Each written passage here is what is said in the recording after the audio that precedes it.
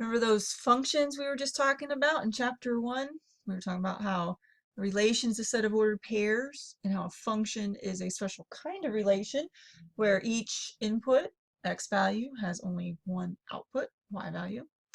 Well, we're going to be looking at those functions in more detail in this chapter. We're going to be looking at their graphs, and we're going to be looking at how to analyze them and look at different features of the graphs. So at the beginning here, we'll be looking at just some graphs of basic functions that you're going to see over and over again. And we're going to be looking at some definitions concerning those graphs, like continuity and increasing, decreasing constant, symmetry, all kinds of features like that. We're going to learn how to analyze those. Okay, so we're going to start with continuity.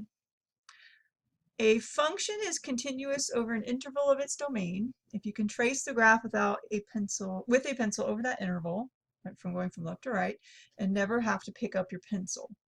So if it's continuous, you're not going to see any gaps. You're not going to see holes. You're not going to see vertical asymptotes. You're not going to see any kind of jumps, anything like that over that particular interval. Then if you want to determine intervals of continuity, just see where does the graph have a hole, a jump, a vertical asymptote, or some other break. And then just make sure to exclude x values of those locations from your intervals. You exclude those places where the breaks occur, because those are the places where it's discontinuous, and then include everything else. And that'll tell people where the graph is continuous. So for example, let's say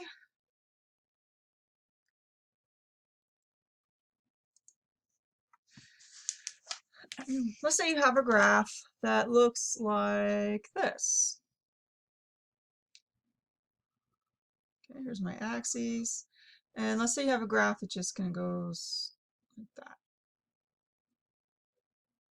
Okay. The graph is very smooth. As I trace it from left to right, I don't see any kind of gaps or bump holes or vertical asymptotes or anything like that. So this particular graph is continuous over its whole domain.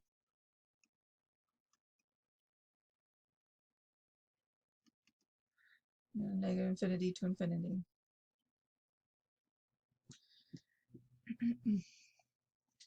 Okay, but let's say you have a graph that looks like this. Let's say you have something like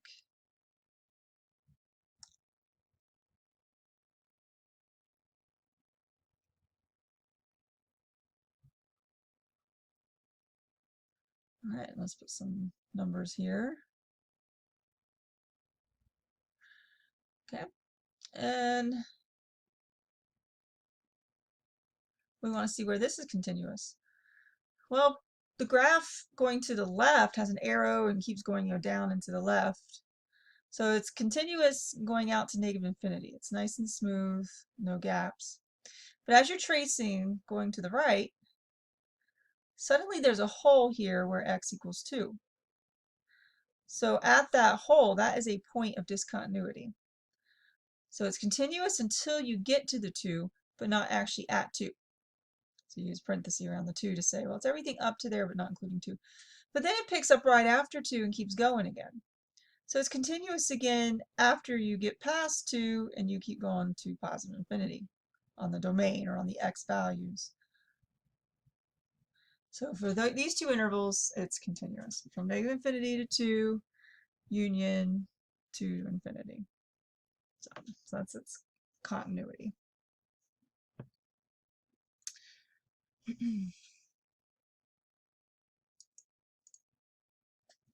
Okay, some more definitions. Increasing, decreasing, constant. A function is increasing over a specified interval of its domain if you can trace the graph from left to right and go uphill. So like as your x's get bigger, your y's get bigger. A function is decreasing over a specified interval of its domain if you can trace the graph from left to right and go downhill. So as the x's get bigger, the y's get smaller. A function is constant over a specified interval of its domain if you can trace the graph from left to right and remain flat.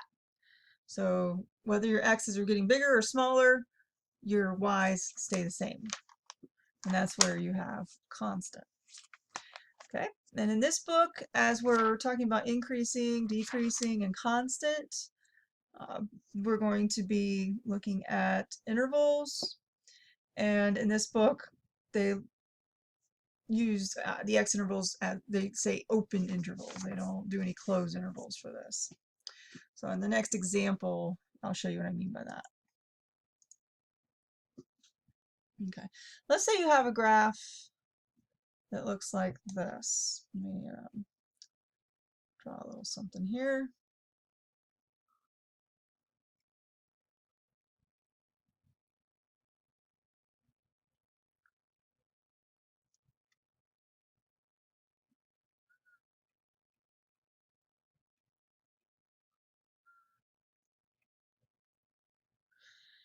All right, and let's say this graph does some interesting stuff.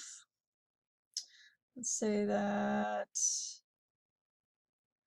until you get there, looks like this. And then from here to here, it looks like this. That should be straight, sorry. And then after here, it does this. Let's say that's your graph. Okay, and we want to figure out what are the largest open intervals of the domain over which this function is increasing, decreasing, and constant. Okay, so first we want to decide where it's increasing. Well, if you trace this graph from left to right, it's going uphill here on the far left. Now, starting way out at negative infinity, you trace, it's going uphill. And it quits going uphill when you hit this point right here. Now we're not going to address whether this exact point is still increasing or whether it's constant. Your book just says do an open interval right there. Don't include that point. Okay, then after you reach this point here, it's constant. It flatlines. It's horizontal. So from -2, again open interval, until you get to 3, open interval. It's constant, and it's nice. There's no gaps or anything. It's smooth there. Then once you hit 3, suddenly it changes again after that, and it's going downhill. So then it's decreasing.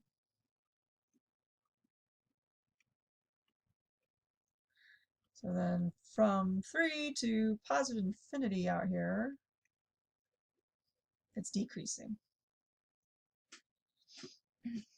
So notice we used open intervals, increasing, it's going uphill. So as you're going from left to right, your x's are getting bigger, your y's are also getting bigger.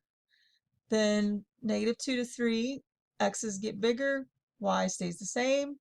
And then after 3, going down to infinity, x's get bigger, y gets smaller. So I think that's increasing, constant, and decreasing. Now in your exercises, they'll probably ask you to go ahead and give domain and range too. So why not? Let's go ahead and do that. Remember, domain would be all your x values in the function or relation. In this case, this is just a relation. This is a function. I'm sorry. It's not one-to-one, but it is a function. So domain and range. Range is y values. Well, this is nice and smooth. It goes out to negative infinity, like if you're tracing left. And then, when you go to the right, it's smooth, smooth, smooth, keeps going, never stops, and goes out to positive infinity. So your domain is negative infinity to positive infinity. You're looking at how far left, how far right. What are the x values? Then range, you're looking at how far down and how far up are you going. You're looking at your y values. So range, this thing, both on the left here and on the right here, keeps going down, down, down. So smallest value in the range is negative infinity. And then going up, it stops here. This is the highest it goes. So it goes to 1 for the y values. And it includes the 1. So we'll go ahead and put a bracket. And that's how that works. Okay, so increasing, decreasing, and constant. Then you got to know the function capsules in your current textbook, pages 88 to 93.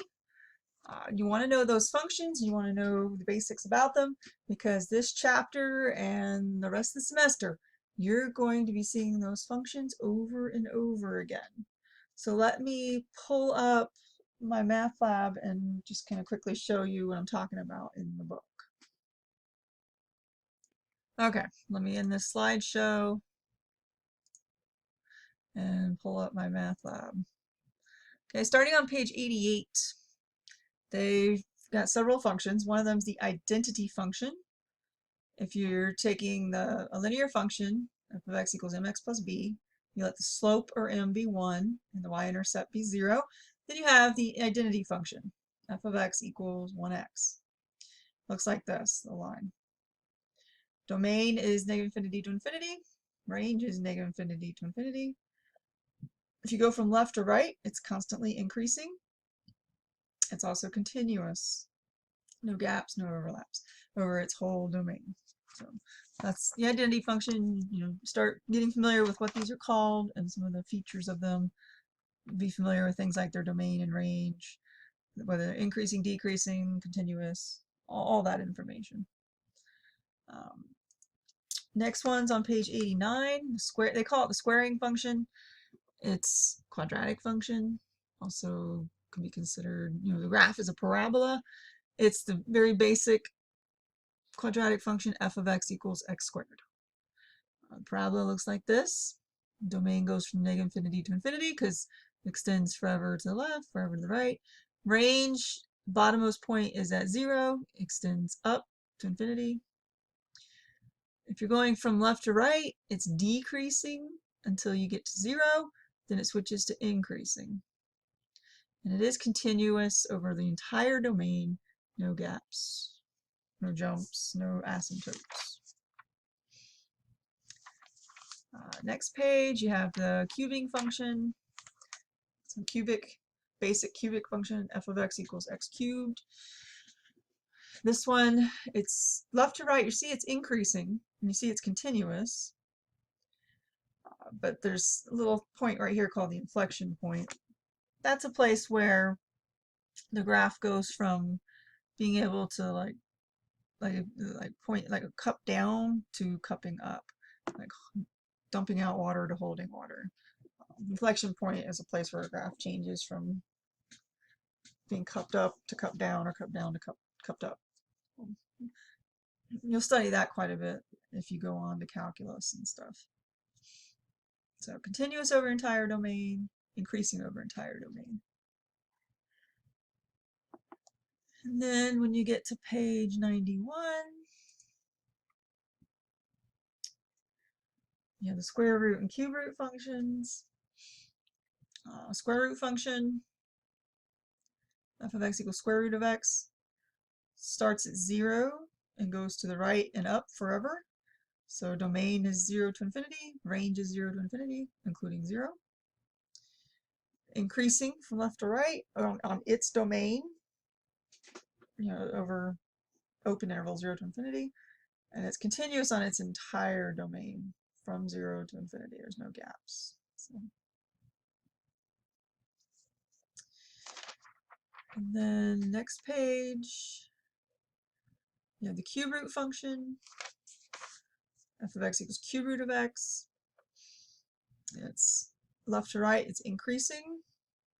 Left to right, it's continuous. Negative infinity to infinity. Domain range, negative infinity to infinity. Next page, you have absolute value function. Remember, absolute value returns the positive value. So it's if you take your identity function from earlier, from 0 to infinity looks like your identity function. On the left side, from negative infinity up to 0, is the reflection of your identity function across the x-axis.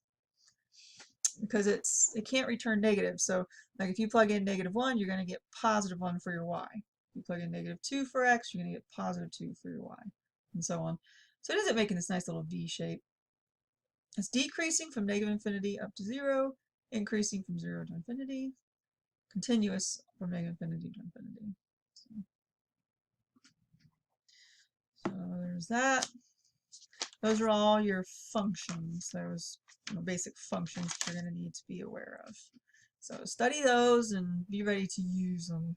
You're definitely going to be using them. All right, what next? Symmetry. All right, going back to those graphs, another property besides continuity, besides increasing, decreasing, or constant, you can also examine symmetry. It's a property where if you were to fold the graph certain ways, the parts of the graph that fold together would match up perfectly. So those kinds of certain kinds of symmetry. Starting with y-axis. If a graph of the function is symmetric with respect to the y-axis, that means you could fold the paper, like if you graphed it on paper, you could fold the paper along the y-axis, make your crease along the y-axis, and the left side and right side would come together and completely line up with each other. So if you wanted to look at some of the ordered pairs, you could take your ordered pair. If you have a ordered pair with -2 and an ordered pair with +2, both of them would have the same y value because they're going to line up when you fold the paper together. All right, for example, let's do an example with y-axis symmetry. Let's say you have the absolute value function that we just looked at a minute ago. Let me pull up my pen here again. There we go. Let's talk about the absolute value function.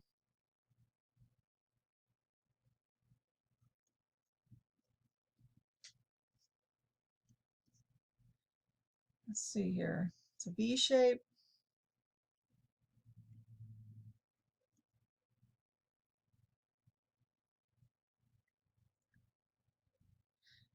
Forgive my crude drawing. Not easy with this bamboo tablet, but start looking at ordered pairs on this. Well, first you'll notice that if you did fold it here along the y-axis, the left side and the right side, when folded together, would match up. Also, if you start looking at ordered pairs on this, right side you've got 1, 1, left side you've got -1, 1.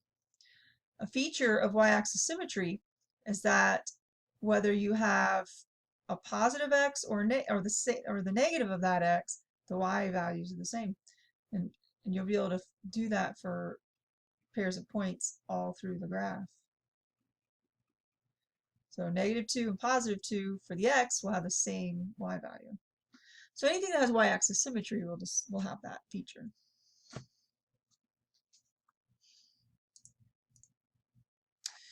Then you got origin symmetry. Graph of the function f is symmetric with respect to the origin if f at -x equals -f of x for all x in its domain. Origin symmetry. If you took your graph and folded it first along the y-axis and then kept it folded and folded at the x-axis, the 4 quarters would all match up perfectly. Like any parts of the graph that were in any quarters would be lying on top of each other perfectly. So if you plug in negation of an x, you'll get negation of the y that goes with it. Really good example of origin symmetry was our cubing function. Let's take a look at it. F of x equals x cubed. If you graph the cubing function,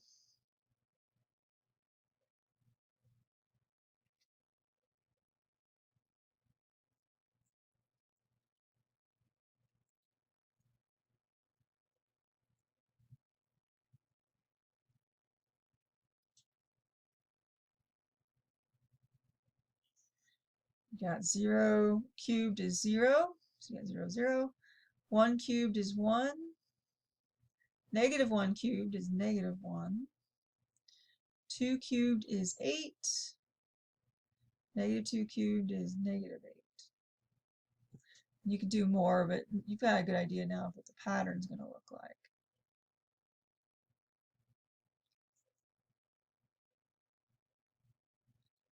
But first of all, you want to think about folding this.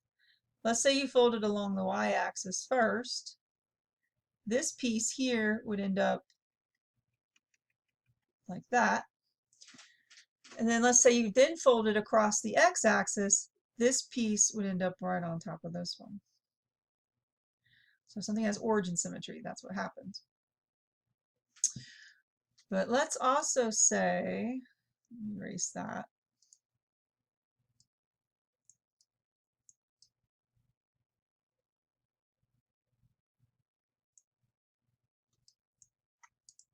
Okay.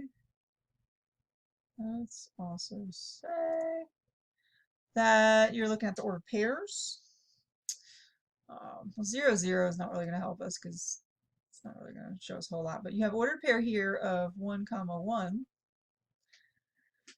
Well, with origin symmetry, you're also going to have an ordered pair where you can negate both of those. So negative 1, negative 1. And so you have ordered pair 2, 8. With origin symmetry, you're also going to have an ordered pair with the negation of both of those, negative 2, negative 8. And we do. And every ordered pair is like that. Any ordered pair you find here, you can negate both the x and y, and you'll find that ordered pair down here somewhere. 0, 0, you can negate both 0, 0, and you just get 0, 0 stuff. That happens with origin symmetry. Then finally, okay, origin symmetry and the y-axis symmetry can be applied to functions. It can also be applied to relations, but it can be applied to functions. Well, x-axis symmetry cannot be applied to functions.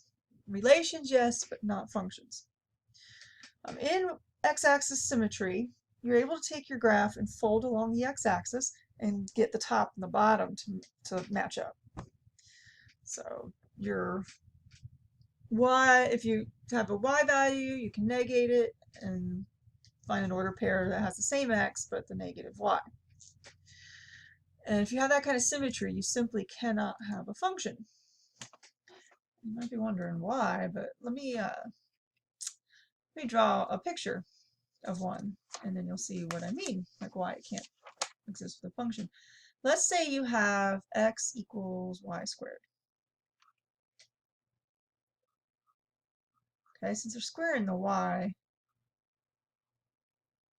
let me pick some values for y and plug those in. All right, if you plug in 0 for y, 0 squared is 0. You plug in 1, 1 squared is 1. You plug in negative 1 times negative 1 is 1. Plug in 2, 2 squared is 4. Plug in negative 2 times negative 2 is 4. Already in the xy table, you can start to see that this is not a function. Our x's repeat. An x value of 1 has two outputs, 1 and negative 1. An x value of 4 has two outputs, 2 and negative 2. And you can keep going with x values and you're going to find they're going to have two outputs. Except for 0, which only has the 1. All the other x values you're going to end up with two outputs. All the other possible real x values that'll work and give you real y's. So we're not doing imaginary numbers, but just real values. And when you start to graph this, you might start already seeing what's going to happen here.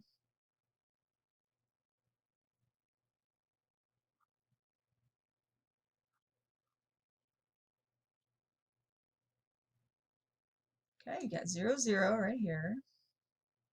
You got 1, 1, 1, negative 1, 4, 2, 4, negative 2. Okay, this particular relation is the graph is a parabola that kind of lays on its side. It's cupped to the right. It's open to the right. This parabola has x-axis symmetry. If you fold it along the x-axis, this top part and this bottom part would match up perfectly. But in order for that to happen, in order for the top part and bottom part to match up perfectly, you have to have points that have the same x value but different y's. So you have to have something that's not a function in order to have x-axis symmetry. But that's okay. It's still a valuable symmetry to look at. So there you go. So that's your x-axis symmetry. Fun stuff. Okay, finally, last thing to worry about in this section, even and odd functions. A function is even if it has y-axis symmetry for all x in its domain. Or you can look at the graph and see if it has y-axis symmetry, or you can replace each x with negative x and see if you end up with the same y value, same function. Function is odd if it has origin symmetry. You can think of that as, you know, odd starts with O, origin starts with O, for all x in its domain. Again, you're not going to have x-axis symmetry, so this is not for functions, so this isn't going to come into play here. You can look at the graph as previously done and look see if it has origin symmetry, or you can replace each x with negative x and see if your y value, if you get a negative of the y value at the same time. That's a good way to test. All right, so let's see here. Let's look at two examples. I'm going to show you the whole thing of replacing x with negative x. I'm also going to graph them on the graphing calculator and see what happens. Play around with the graphing calculator. That should be fun. Okay, first function, f of x equals x to the 5th minus 2x cubed.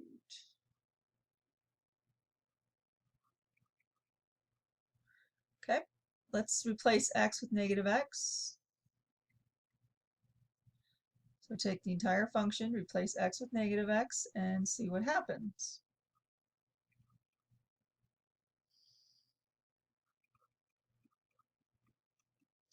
Well, if I take a negative 1 and raise it to the 5th power, I'll still have a negative.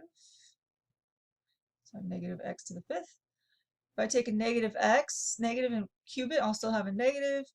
And negative times minus 2 gives us plus 2x cubed. Okay, this does not look like the original function. This does not look like f of x. So that rules one out. That rules out it being an even function. Because remember, even function has symmetry at the y-axis, and if you plug in negative x, you should be able to get back the original function. So the next thing to look at is this odd? So this does not equal the original f of x. So it's not even.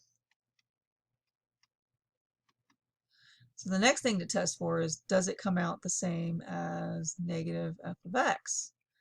If I took f of x and negated the whole thing, would I end up with the same result? Let's see, negative x to the 5th plus 2x cubed. Yes, I do. F at negative x ends up equaling negative f of x. So this tells me that it is odd. Also tells me that it should have origin symmetry. So let's put this into graphing calculator and check out that beautiful origin symmetry. All right, I love these calculators. They make things so much fun. Yes, keep my annotations. Pull up the calculator. Woohoo. All right, let's go to y equals. And the function I was doing was, lost it for a second here, x to the 5th. So x, and then I need the caret to the 5th. And then that's minus 2, and then x cubed. All right, let's hit graph. There it is. There's my lovely graph. So it comes up has a little hump, comes down through the origin, has a little dip, and then goes up. In this graph, if I take the graph, if I fold it across the if I fold it along the y-axis, it won't match up yet. But then if I take that and fold down along the x-axis, everything will lie right on top of each other over here. Or another way to picture it is, if you, let's say you block out the left side and just have the right side. If you put a pin here at the origin and you spun this graph and you spun it, you know, to where this x-axis was now over here at this x-axis, this part would line up where this part is now. So you'd be able to rotate it around on the origin. You'd be able to rotate it 180 degrees and everything would match up. Or if you just took the whole graph and rotated it 180, you would have the same graph still. It wouldn't look any different. So that's origin symmetry for you. Okay, so back to our PowerPoint here. I want to do another example for you guys. Okay, let's try. Ooh, that one looks like fun. Okay, let's do this one. Of course, when I say fun, you might not agree that it's fun, but let's see.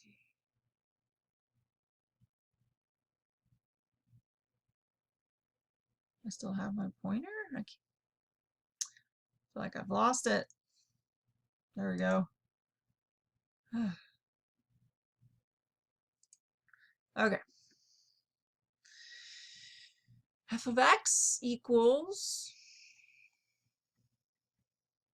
0.75 x squared plus absolute value of x plus 1. Okay, to test for even, odd, or neither, you replace your x with negative x. So everywhere I have x, I'm going to put negative x in there.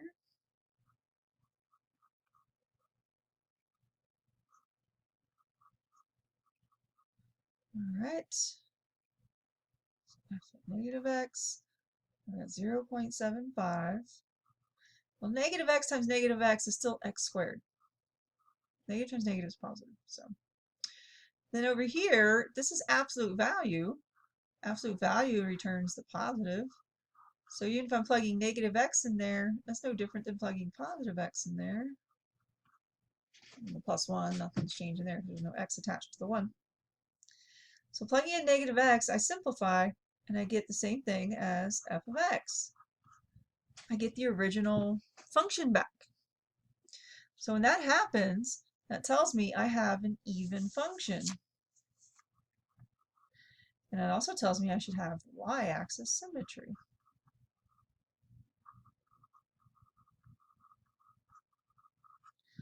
All right, so let's do this. Let's put this into the calculator. Pull up the calculator. Let's go to y equals. And let's see here, clear that out. I'm putting in 0.75 x squared plus, and then I need absolute value. So I just hit the math button. I went over to num, and absolute value is number 1. So I need absolute value of x. And then I need plus 1.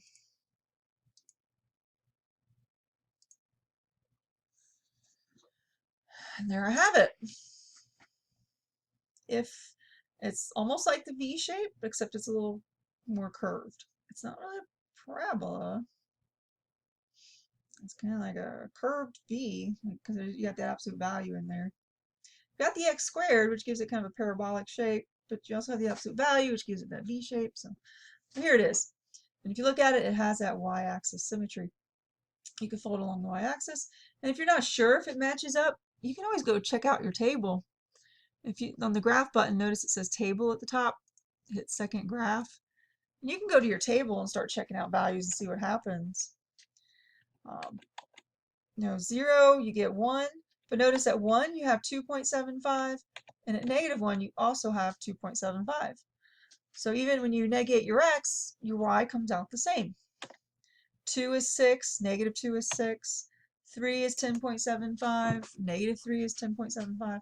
So your table of values, your xy table, confirms what's happening here. Confirms that you have the y-axis symmetry, or you could say that it is an even function. So there you have it. All right, well, thanks for joining me for this. I look forward to doing some further graphing with you guys very soon, because we will be doing all kinds of stuff with the graphs, like shifting and rotating and all kinds of stuff like that. So please tune in again.